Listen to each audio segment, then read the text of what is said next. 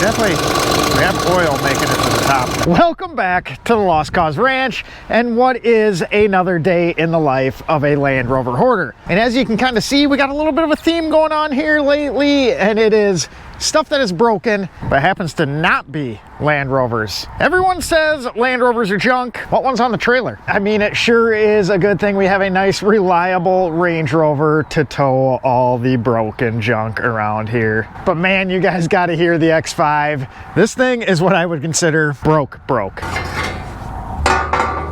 We're gonna get this off the trailer and explain why it's here.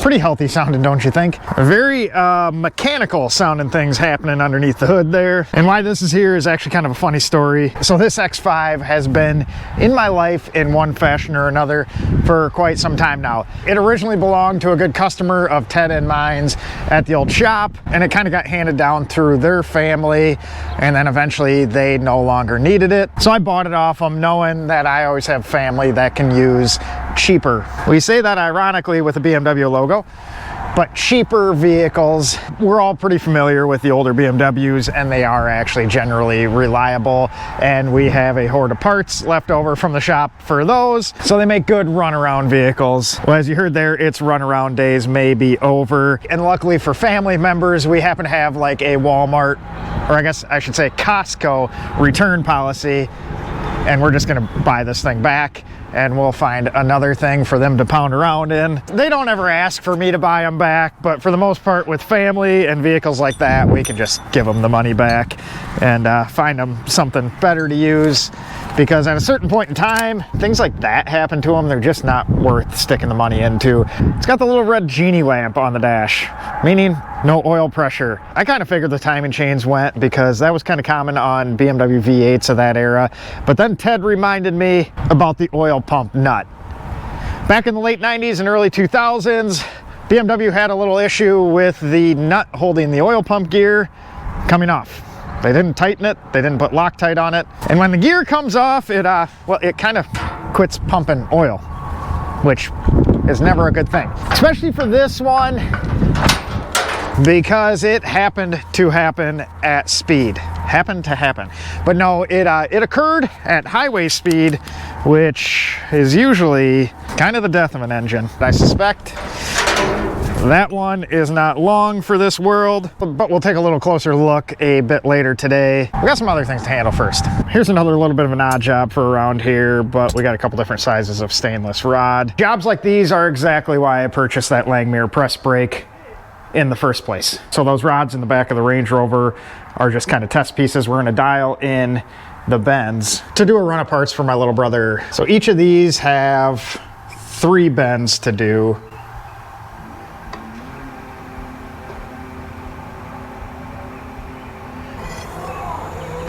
So my little brother has the capability to do these on his own. He has quite large CNC press brake, but he's a busy guy, and for jobs like this, it's the perfect size machine to knock these guys out.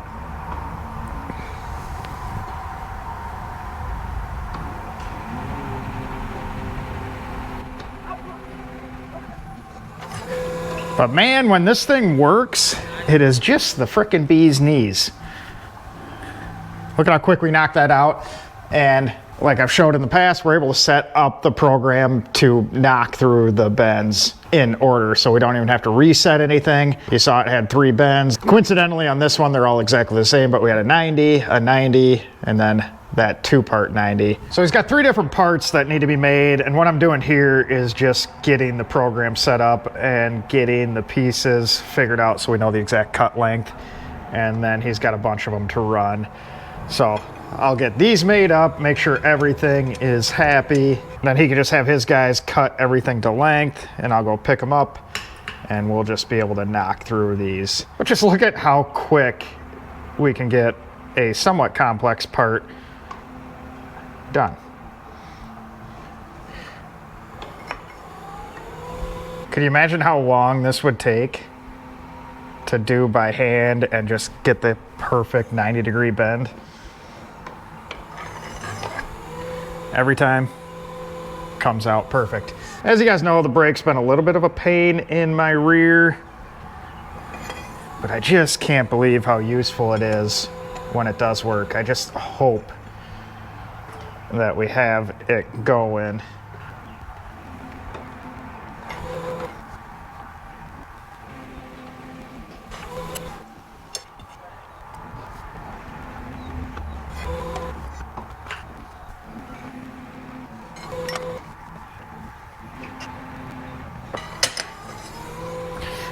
I'm a fan. So 1 of 3 is figured out. We'll kind of start sorting through the other 2 parts and get those all dialed in. So we got a little thicker piece of rod to do on this one. So we're gonna have to dial in the bend again. So the machine does most of the math for you. You just put in what kind of material, the thickness,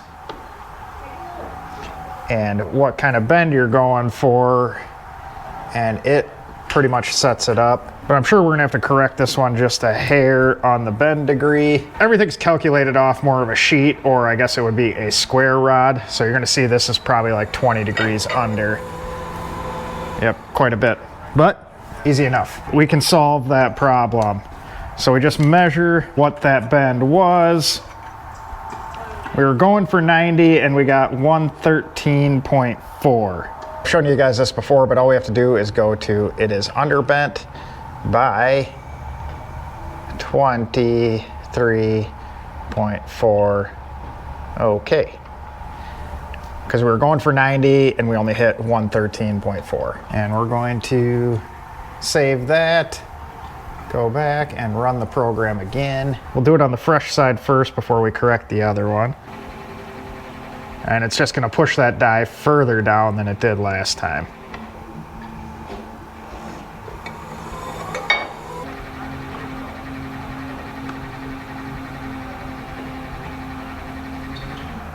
So that took about 8 tons of force to do.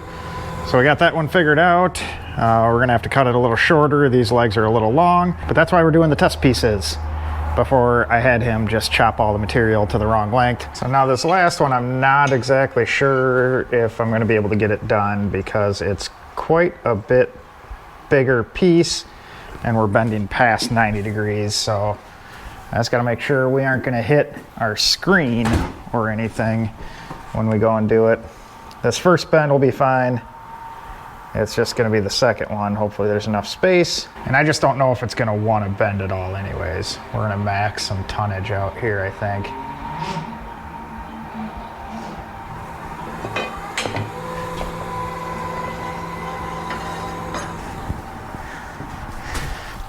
That did better than I was expecting. We might be close. This is where it's gonna be interesting. I think we're gonna run into an issue. We're probably gonna have to let off on this one, but we'll see.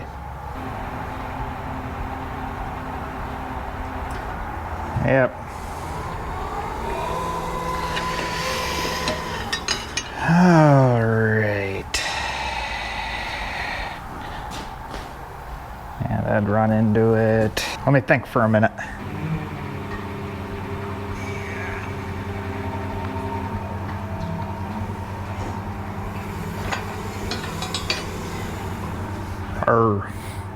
Sweet.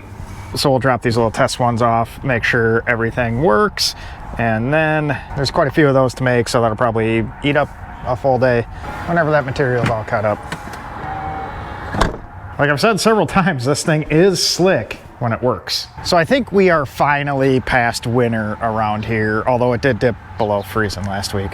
So maybe not, but either way, it's time to finally clean up a little winter mess out of the Range Rover. I keep it washed, but I don't keep it detailed. The interior is trashed from snow driving duties. I think we're also gonna recommission a couple of the Land Rovers now that the salt is off the road. If you're not familiar with snow, especially in the Midwest, they hammer a ton of salt and liquid chloride, liquid chloride down on the streets, and that just rusts everything away. So most of my Land Rovers get parked for the winter. This year, the designated runners were the 405, being it is the daily workhorse, and the Freelander. Everything else stayed put and didn't see the road. Man, I'm a pig.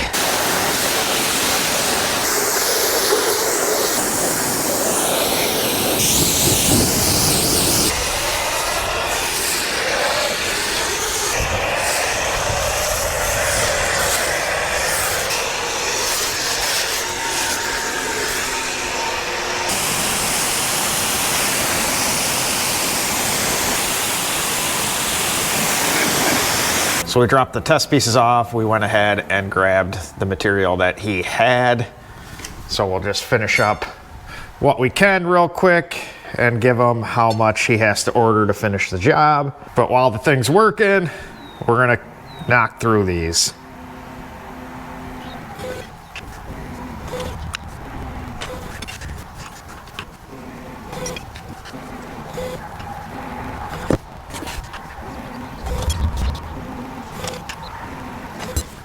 Well, we had our first screw up. We had it go into unknown. I'm really shocked. Well, we managed to work through it, and we're on to our last one that we are gonna bend today.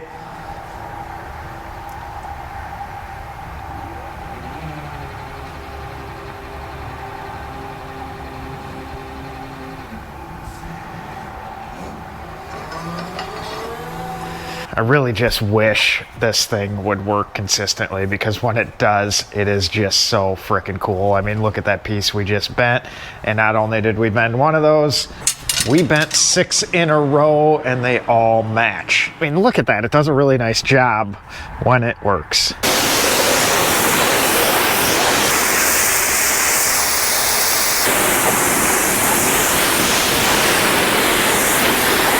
So it seems like lately a good part of my time has been just cleaning parts. When you pull, let's see, like 140 parts it looks like, off an LR4, it keeps you awful busy on the cleaning aspect. Those 140 listed aren't all off one LR4, but I've also sold some parts off that particular LR4 already. And I have some laying and wait to list, so 140, 150 parts is probably pretty accurate, and it's a lot of cleaning. It's much easier to clean a car in one piece, as it turns out. Well, let's kind of take a closer look at what's going on with this. So it lost oil pressure on him going down the highway, like I mentioned earlier. We're just gonna do a basic little check over. It looks like we have oil, so oil quantity is not the problem. The one strange thing about this is when I fired it up at his place and loaded it onto the trailer, the oil pressure light was on, but it's off now. So somehow it has regained oil pressure. But if we listen to it, it definitely hasn't regained quietness. We definitely have some stuff slamming around inside there. This is going to create a little bit of a vacuum leak, but we have oil making it to the top now. Slinging around on the chains. Let's give it a little RPM once and see if it kind of pumps anything up. I'm guessing that's freaking wild. It actually runs pretty smooth. All right, so we got the scan tool hooked up, and what I want to look at is the timing stuff. Let's go to live data. Everything seems to be reacting, although we do have one. Nope. Nope. It's junk. We just lost oil pressure. All right, we're at... It's gotta be the pump. We're gonna shut it down. Now here's the dilemma. It's a 2003 BMW X5. How many miles does it have? It's got good miles for an 03. It's only got 128,000 miles. But what do we do here? I'm suspecting if we pull the timing covers off, pull the oil pan off, we can probably get a new oil pump gear, Loctite the nut on, get that all fixed. I'm guessing the noise we're hearing is probably a busted timing chain guide or something of that sort, being it ran without oil pressure. Much like the 5-liter V8s and the LR4 and the Range Rovers, this is also known for timing chain issues. We've done a ton of these over the years in X5, 7 Series, and whatnot. Also, if you're familiar with it, this is the same engine that is in the early 03 to 05 L322 Range Rover full sizes. What's the saying? 06 to 09, you're fine. 03 to 05, it's going to blow up in your face or something like that. But yeah, so obviously it's not the most reliable thing on earth, but being they are just like the LR4s with timing chain issues, if you run them without oil, it's probably not going to help what is already a weak design. So I guess I just don't know what to do, because it is actually a good runner. It drives great. It's got almost brand new tires all the way around, Continentals on top of it, and parts wise, going in and doing the timing chains on these isn't terrible. But like anything else, you're going to do all the cooling stuff, and there's going to be a bunch of ancillary stuff you're just going to replace while you're in there. So money-wise, it's not crazy to do. When we first went and grabbed it, I was pretty much writing this thing off. We were going to grab a few parts off it and then turn it into a pop can like the rest of the stuff I do around here, apparently. I just don't know if I want to spend the time going through and putting all timing stuff in and then have something that is a ticking time bomb. I don't know. I guess let me know what you think. I got a little bit of time to decide, because all I've been doing is deciding stuff. I guess what I'm going to do here is get on the computer and see. We'll go to FCP Euro and see what a timing set is. Just out of curiosity, this may just kill that idea altogether. The thing just works, and it's a good enough vehicle that serves its purpose. So if it's savable, that would be nice. I find this ironic because I just threw an LR4 away that was probably savable. But I needed the engine out of that one, so that's the real reason. So a complete kit is $800 from FCP Euro. That'd be the OE supplier parts. And then we would need cooling stuff on top of that. Do a water pump and thermostat. Ew, those kind of went up in price. Water pump's $150. I don't know, this thing might just be... Thermostat's $150 as well. So you're $1,100, and then you are going to be a couple $100 in miscellaneous stuff and oil. And then we got to look at oil pump stuff. I didn't look at that. If it needs the oil pump itself, that is $900. So figure $1,200, $1,300. Probably have about $1,300 into it, plus a boatload of time. I guess I'll talk to him and see what he thinks. I'd be all for it if you knew that the noise was coming from the timing chain stuff, but there is the chance that it wiped out some bearings as well when it happened. But man, it is slinging some oil now, as you saw. What would you guys do? I'm apt to throw stuff away and move on in a lot of these scenarios. So a little perspective from someone else is always good. And normally a couple nights a week, I either stay a little later or come back and finish some stuff up. But we're gonna blow out of here a little bit early tonight because we have a board meeting for a nonprofit I'm on. So gotta do that. Well, you don't have to, but it's good to do things like that. And then tomorrow we're gonna start back into this guy for the LR4 truck and get that all assembled. Speaking of timing chain messes, and stuff is showing up to where we can start ticking off some little projects around here. If you remember the clankety clank on that, the replacement rear end just showed up. So we'll make this truck usable again. And ironically, same owner as the X5. So he has about as good a luck as me in reliability of vehicles. But no, he also has what seems like as many vehicles as me. Not quite, but he's got more than the average person. So stuff's bound to break. And it's nice that we're going to be able to knock a few of those projects out because we do have to get ready to eventually move from the car wash. As I told you last day in the life, I sold it.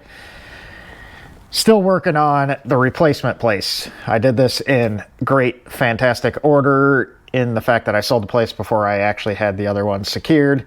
But that is because this one's a little bit of a long reach for me, so I kind of had to juggle some stuff around. Hopefully it all works out. I'm excited to tell you guys about that in just a few short weeks' time. With that being said, appreciate you guys watching, appreciate you subscribing, and I am just getting stoked that the weather is finally changing and we get to play with all the Rovers again, especially the yellow one. It's about time to see some trails again with that.